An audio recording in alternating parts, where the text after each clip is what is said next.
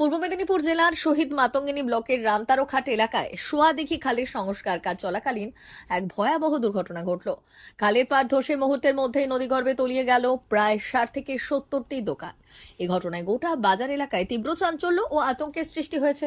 স্থানীয় ব্যবসায়ীদের অভিযোগ, বেশ কিছুদিন ধরেই খালের পাড় বরাবর মাটি কাটার কাজ চলছিল, কিন্তু যথাযথ নিয়ম না মেনে এবং পাড় শক্ত করার ব্যবস্থা না করেই অত্যন্ত গভীরভাবে খনন কাজ চালানো হয়। অভিযোগ উঠেছে যে খালের অন্যান্য অংশের তুলনায় এই এলাকায় অনেক বেশি পরিমাণে মাটি তোলা হয়েছে, যার ফলে পাড়ের ভারসাম্য নষ্ট হয়ে যায়। গত কয়েকদিন ধরেই ছোট ছোট ফাটল দেখা দিচ্ছিল, যা আজ বড় আকার ধারণ করে এবং দোকানগুলোকে ধ্বংসস্তূপে পরিণত করে। এই দুর্ঘটনায় কোনো প্রাণহানি না ঘটলেও দোকানদারদের বিপুল আর্থিক ক্ষয়ক্ষতি হয়েছে।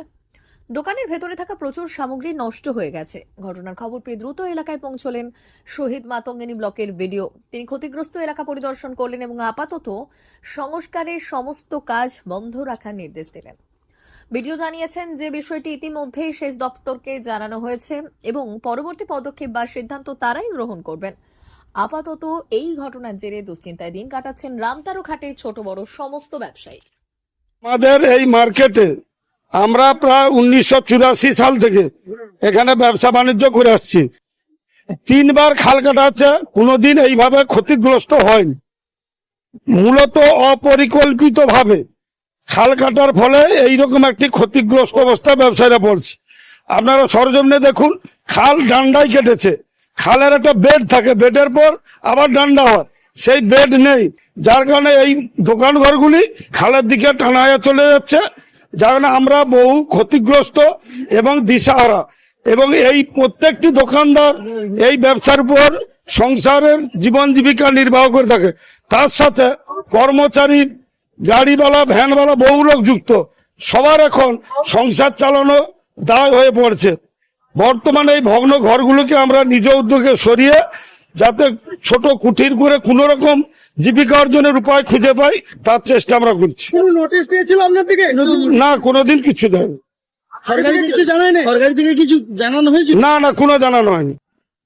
কতগুলো দোকান ক্ষতিগ্রস্ত হয়েছে? প্রায় 70-80টা দোকান, মানে নিখুঁত গণনা নেই, প্রায় ভাষাটাই যার কারণে বললো, প্রায় 70 থেকে 80টা দোকান একবার খালের তলে তলিয়ে গেছেন, সেটা সরজমিনে দেখছেন। ওরা তো খাল ডিপ করে কাটার জন্য এই অবস্থা। খাল ডিপটা বড় কথা নয়, খালের যে পরিকল্পনা করে কাটা সেইটা হয়নি।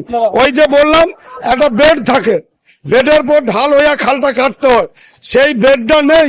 সরজমিনে দেখুন, একবার স্ট্রেট ঢাল, যার কারণে এইগুলো পেছন দিকে টানা যায়। আরেকটা অভিযোগ উঠছে যে অতি বেশি পরিমাণে মাটি কাটা তো অবশ্যই, আমি কি বললাম যে 3বার 4বার খাল কাটা আছে, কোনোবারে ক্ষতি হয়নি। এইবারেই অপরিকল্পিত ভাবে পরিকল্পনাবিহীন মানে কাজের ফলে আমাদের এই ক্ষতি হচ্ছে। এই জন্য আমরা সেদিন ভিডিওকেও বলেছিলাম, ভিডিও খাল কাটা এখানে বর্তমানে বন্ধ রেখেছেন, প্ল্যান করে কাটা হবে, ধীর ভাবে কাটাবে। আমরা এখন ভাঙা ঘরগুলোকে সরাচ্ছি, যাতে আমরা ছোট ছোট কুঠির করে আমরা ছোটখাটো ব্যবসা বাণিজ্য যেমন ছিলাম চালু করতে পারি। দেখুন, এই ঘটনার জন্য তৃণমূল কংগ্রেস তথা শাসক দল দায়ী দুটো কারণে। একটি হচ্ছে প্রশাসন ব্যবস্থাপনার উপর দাঁড়িয়ে আমরা এতদিন ধরে যে খাল খনন প্রক্রিয়া চলতো যা দেখতাম, তাতে করে কন্ট্রাক্টররা কাজ করতেন, তাদের কাজ দেখে ইরিগেশন ডিপার্টমেন্ট পেমেন্টের ব্যবস্থা করতেন। এখন খাল খনন করা হচ্ছে, সরকার টাকা ইনকাম করছে।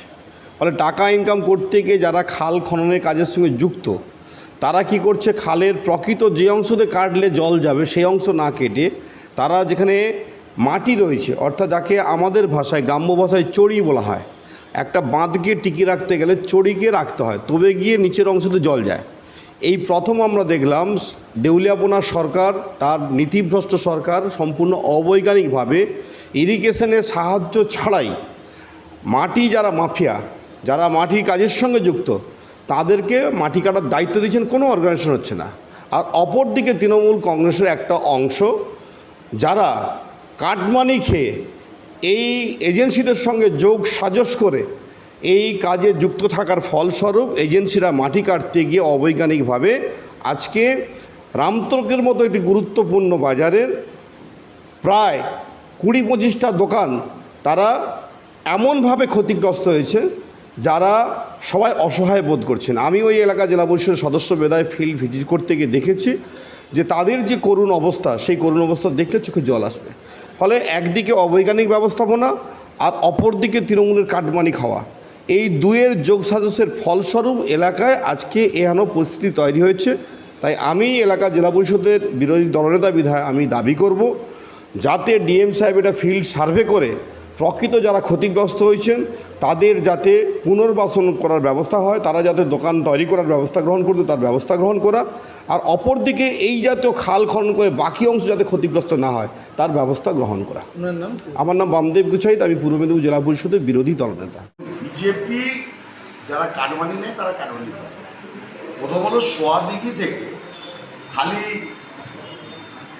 আপনার রামতরকের জল নয়, কোলাঘাট ব্লকের বিস্তীর্ণ এলাকা, পাঁশকুড়া ব্লকের বিস্তীর্ণ এলাকা এবং শহীদ মাতঙ্গিনী ব্লকের বিস্তীর্ণ এলাকা, যেখানকার সাধারণ মানুষ সারা বছর জমা জলে থাকে। জুন মাস জুলাই মাসে বর্ষা হয়, পুজো দুর্গা পুজো অবধি জল জমে থাকে, রাস্তা দিয়ে জল পেরিয়ে যেত।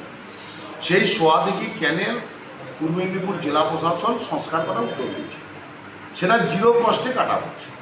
তো জিরো কস্টে কাটার ক্ষেত্রে তারা কন্ট্রাক্টররা সরকারকে টাকা দিচ্ছেন এবং তারা মাটি দিচ্ছে। তো সেই ক্ষেত্রে যারা দোকানদার, আমরাও চাইবো যারা ব্যবসায়ী তারা সঠিকভাবে থাকবে এবং খালটাও সংস্কার করবে, ব্যবসায়ীরাও খালটা সংস্কার করার ক্ষেত্রে সহযোগিতা করুক। কারণ তার যেরকম ব্যবসারও ব্যয়টা আছে, হাজার হাজার লক্ষ লক্ষ মানুষের তাদেরও কৃষিজ ফসল থেকে শুরু করে ঘরবাড়ি রাস্তাঘাট সেটাকেও রক্ষা করার দায়িত্ব আমাদের সবার। তাই বিজেপি যে অভিযোগ করছে অভিযোগ ভিত্তিহীন।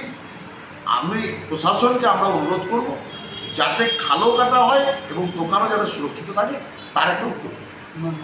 সুজিত রায়, সভাপতি, তরুণ সাংগঠনিক জেলা তৃণমূল।